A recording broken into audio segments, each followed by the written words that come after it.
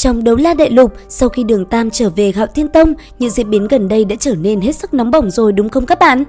Sau khi đánh bại Thất trưởng lão cùng với 5 vị phong hào đấu la của Hạo Thiên Tông, giờ khắc huy hoàng đã tới.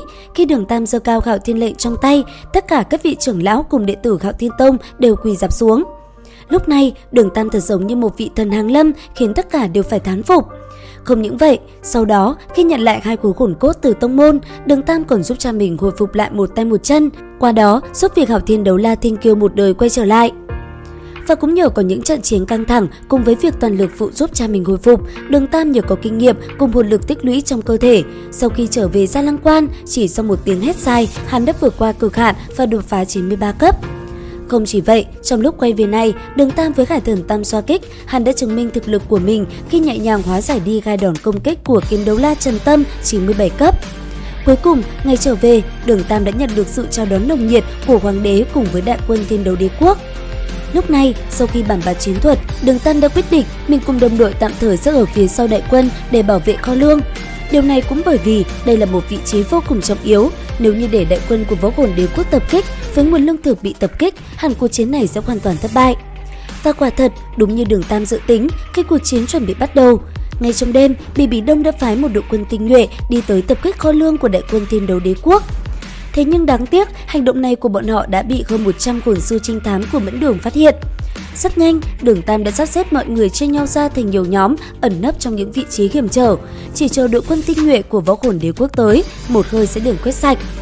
Và quả đúng như dự tính, trong đêm tối, nơi vị trí Đường Tam cùng Bác Hồng Tuấn và Tiểu Vũ ẩn nấp, Cúc Đấu La đã dẫn theo 49 tên hồn sư đi tới. Lúc này, vừa khi thấy bọn chúng tới nơi, dưới trạng thái ẩn thân của Hãn Hải Hội Tân Cháo, Đường Tam cùng đồng đội của mình đột nhiên xuất hiện. Không để cho bọn chúng kịp phản ứng, hồn kỵ thứ 8 Lam Ngân Hổ Kình Ma Chi Nhiếp đã lập tức đóng băng toàn bộ 49 tên hồn sư kia. Và sau đó, chỉ trong tích tắc, 3 người Đường Tam và Tiểu Vũ cùng Bác Hồng Tuấn đã nhanh chóng tiêu diệt toàn bộ bọn chúng.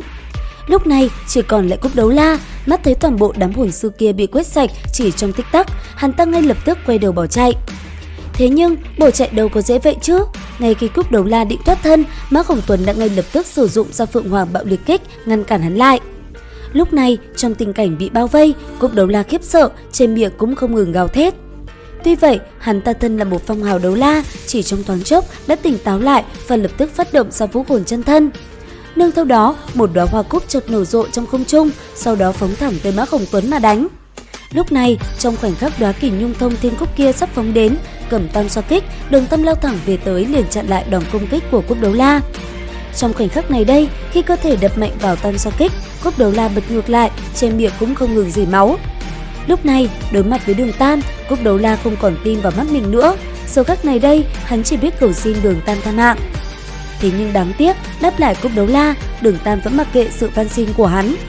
Tới cuối cùng, Cúc Đấu La đã hiểu ra vấn đề, thân là phong hào đấu la, hắn không thể cùng đúng như vậy được. Võ Hồn Chân Thân phát động, cùng với đó, hồn hoàn thứ 9 sáng lên, vận toàn lực vào trong một đòn công kích, Cúc Đấu La gầm lên, sau đó đánh thẳng về phía Đường Tam. Đối diện với nó, Đường Tam lập tức nói Tiểu Vũ và Mác Hồng Tuấn lùi lại. Ngay sau đó, dưới trạng thái Lam Ngân Chân Thân, hồn kỹ thứ 9 Lam Ngân Thiên Thanh Long chi hồn lập tức phát động, sau đó đánh thẳng về phía Cúc Đấu La. Trong khoảnh khắc va chạm, một tiếng ầm nổ vang, Cúc Đấu La bị bắn ngược lại phía sau, toàn thân mang đầy những vết rách. Thế nhưng chưa hết, chỉ trong tích tắc, từ trên người Đường Tam, hồn kỹ thứ 9 đã lần thứ 2 phát động. Nương theo đó, một con rồng khổng lồ cứ thế phóng thẳng tới thân thể Cúc Đấu La mà cuốn lấy. Còn con rồng kia, khi phá tan đòn công kích của Cúc Đấu La, nó đã một lần nữa lao tới người của hắn.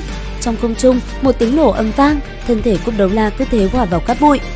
Xoay người lại, Đường Tam cùng đồng đội lạnh lùng rời đi. Cuối cùng, kế hoạch của Bỉ Bí Đông hoàn toàn thất bại, hơn 500 hồn sư tinh nhuệ chia thành 10 đạo toàn bộ bị diệt sạch.